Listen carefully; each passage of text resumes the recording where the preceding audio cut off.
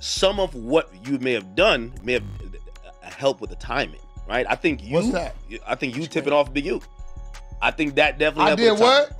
I think you going online and saying that, and the only reason I'm saying this is that if you ever read any federal indictment, I did what? I tipped him off. You tipped him off via What online. did the lady say in the recording I sent you? Well, please don't what?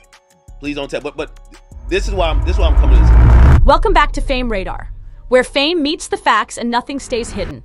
It's looking like everybody has something to say about Wack 100 lately. Word on the street is that 50 Cent snapped on Wack for allegedly snitching on Big U, a move that supposedly led to Big U's indictment. And now, there are even whispers that Wack might be wearing a wire to help bring down other rappers. But let's clear the air real quick. This isn't about making wild claims. After you got the message, you hit up Big U's wife. You said, "Sis, 911. 1 sec, let me get Solo." And you gave him a heads up. What I tell him? You said, "1 sec, let me get Solo. He needs to leave. Bad." In caps, all caps. He needs to leave. I said 4 bad, right? Yeah, 4 bad. What the 600 said is 4 rolling 60 telling on him. All right, so Wack, let me ask you. Oh, so that's what the 4 bad what you means. talking about? You little brain, Let me nigga? ask you this, When Wack. Go to talking. I just sent you a clip. Play the clip. You gonna hear the people saying, "Don't say nothing. Don't tell nobody nothing. Don't say nothing." So which one you want? If he wouldn't have said nothing and y'all found out knew, you would say what? Why you didn't say nothing? No. This is strictly about breaking down what's already circulating in the streets.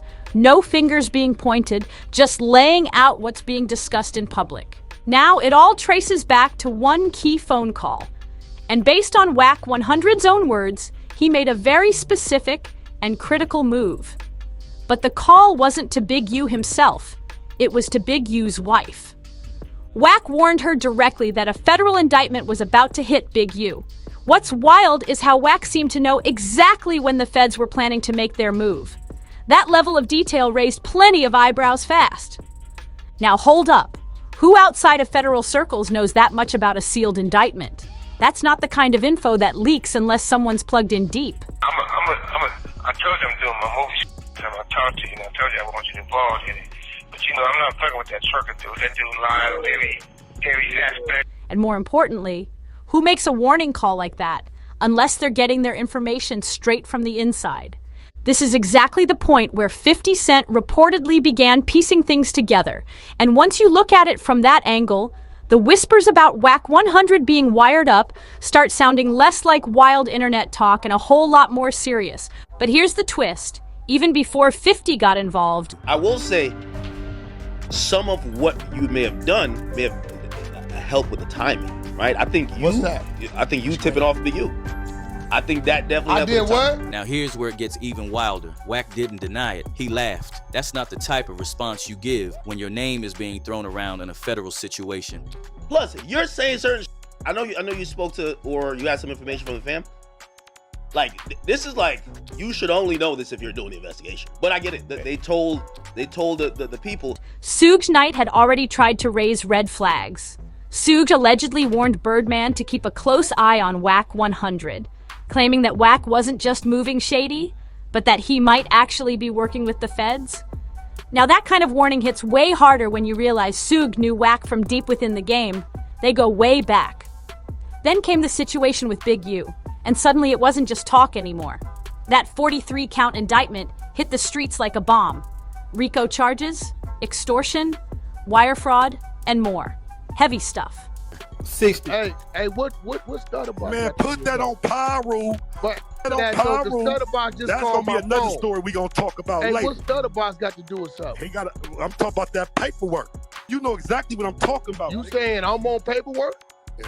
Bro, am I lying? Put that on Are Pyro, you saying not. Wax on paperwork? Put that on Pyro, you Put not. that on 6-0 Wax on on 6-0 paperwork. Crip, you on paperwork. Put that on On Pyro, 6-0, you you not. put that on He put it on Put that on 6-0 Pyro, that Now you you not. gotta episode produce 60. it. Now Now you you that on gotta Pyro produce that you're it. not on that case.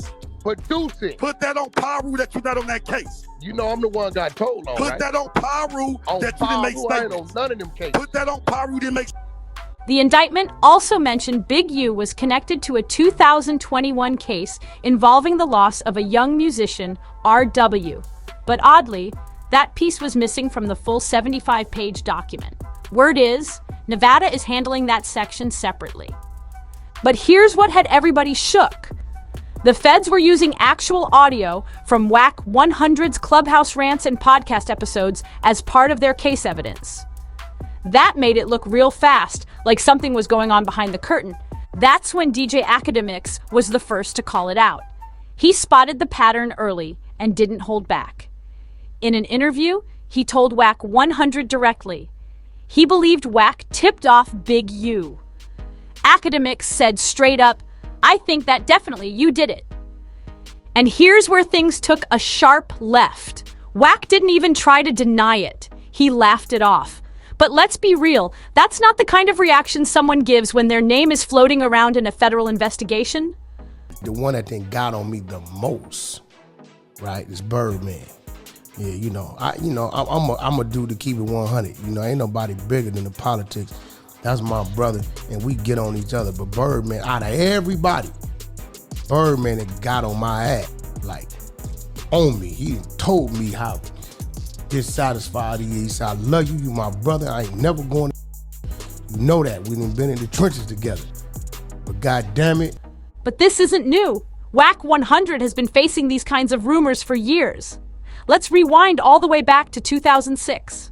At that time, Wack and his brother were pulled over in Texas. Authorities found loaded weapons and more inside the vehicle. Now here's the catch. Both were already convicted felons. With that kind of evidence, this should have been a slam dunk federal case. But something strange happened. The whole case got dismissed in 2011. Not due to lack of evidence, not from a botched search, and not from a technicality. The motion to suppress the evidence was denied, yet the case was dropped under something known as the interest of justice. Now, anyone who knows legal language understands what that usually implies: cooperation behind the scenes.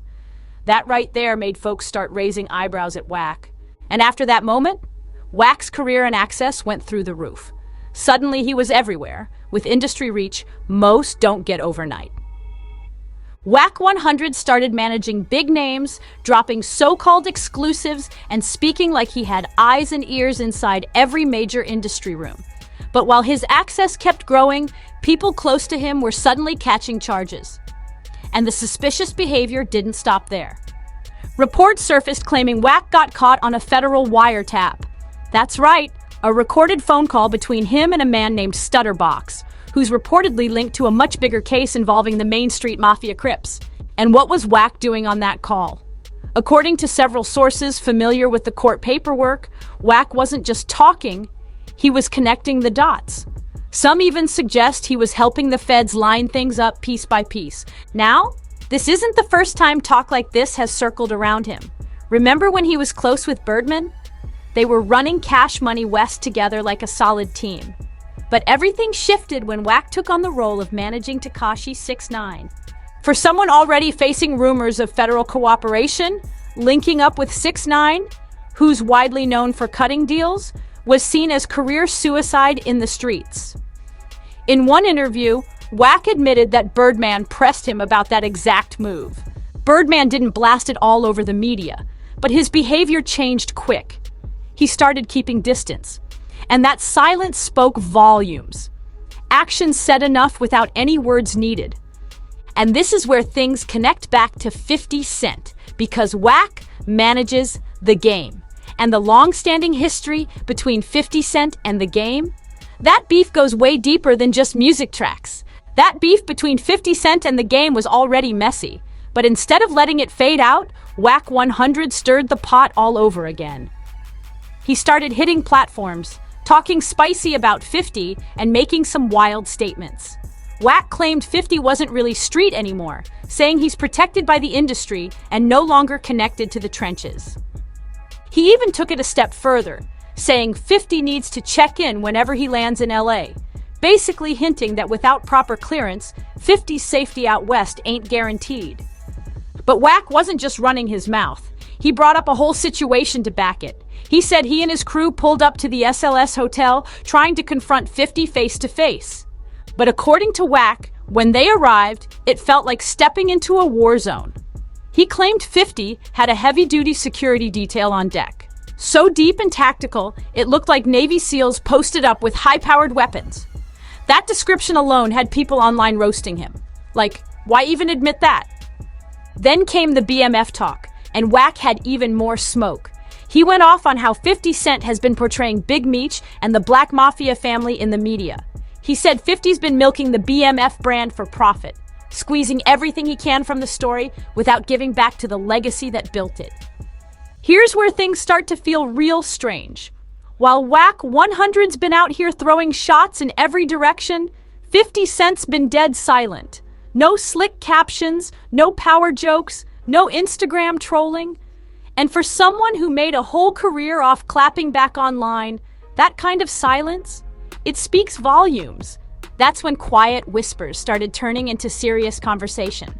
According to sources close to the situation, 50's silence might not just be strategy, it could be straight-up survival. Word is, 50 believes Wack is way too close to some federal heat. And maybe, just maybe, Wack's trying to bait him into something that could turn legal real quick. Then, as soon as the internet started connecting those dots, boom, the Big U indictment hit the news. And suddenly, all the scattered pieces started lining up. A massive federal RICO case dropped, 43 counts deep, naming 18 members of the Rollins 60s. But guess who wasn't on that list? Wack Stowe. That's where the side eyes started. Because here's what really had folks talking. Wack's voice is reportedly all over the supporting court documents. If you're deep enough to be part of the recorded convos, but your name never shows up in the indictment, that's when people start asking serious questions. Then, just when the heat was already rising, Wack came back swinging, dropping another major bombshell that had the streets buzzing all over again. Wack 100 dropped a shocker, claiming that Adam 22, the founder of No Jumper, had gotten caught up in the RICO storm too. Now keep in mind, Wack's a regular voice on No Jumper, so this hit way too close to home. Wack called into the show himself and said he had just spoken with his lawyer. He was moving fast, trying to get legal help down there immediately, like he didn't want Adam saying anything he shouldn't.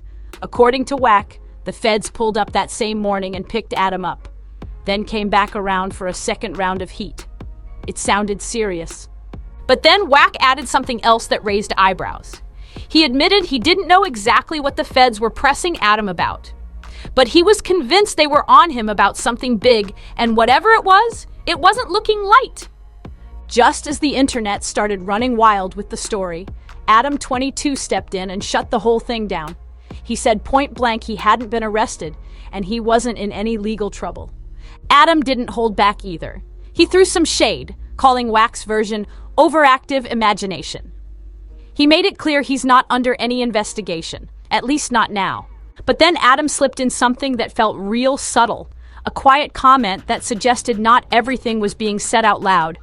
And that had folks watching even closer for the next move. Here's where things took another unexpected turn. Adam 22 actually admitted the feds did show up at his spot and spoke directly with his lawyer. According to Adam, they weren't there to arrest anyone. They were digging for one thing specifically, a cease and desist letter sent by Big U about a year back. Yeah, the same letter demanding that No Jumper take down a podcast episode where Loose Cannon allegedly said Big U had prior knowledge about what was going to happen to Nipsey Hussle before it actually went down. Adam pointed out that there's nothing about that letter in the public indictment or criminal complaint, which made the whole situation feel off. It got him wondering what the feds are really looking into when it comes to Big U. That's when the heat circled right back to Wack 100. He was the one who dragged Adam's name into all this drama in the first place. But here's the strange part. Wack isn't listed on that indictment either. Still, he seems to know a whole lot about everything. Too much, honestly. That's when the internet turned up the volume. Social media users started calling him Rat 100, and the comments were brutal. One user posted, "Wack is a terrific informant, man of many talents, snitching being one of them." Another wrote, "I've never seen a so-called G who knows that much about the feds." And that's not just online trolling, it's years of rumors and suspicions boiling to the surface. Because when someone with no badge starts naming names and detailing federal moves, people start looking real hard and asking real questions. So what do you think? Are all these allegations against Wack 100 legit? Or is it just noise from all directions? Drop your thoughts in the comments. Every single one gets looked at. If you're here for raw street stories with no sugarcoating and full breakdowns of what's really going on, make sure to smash that like button, hit subscribe, and check out the next video for more heat just like this.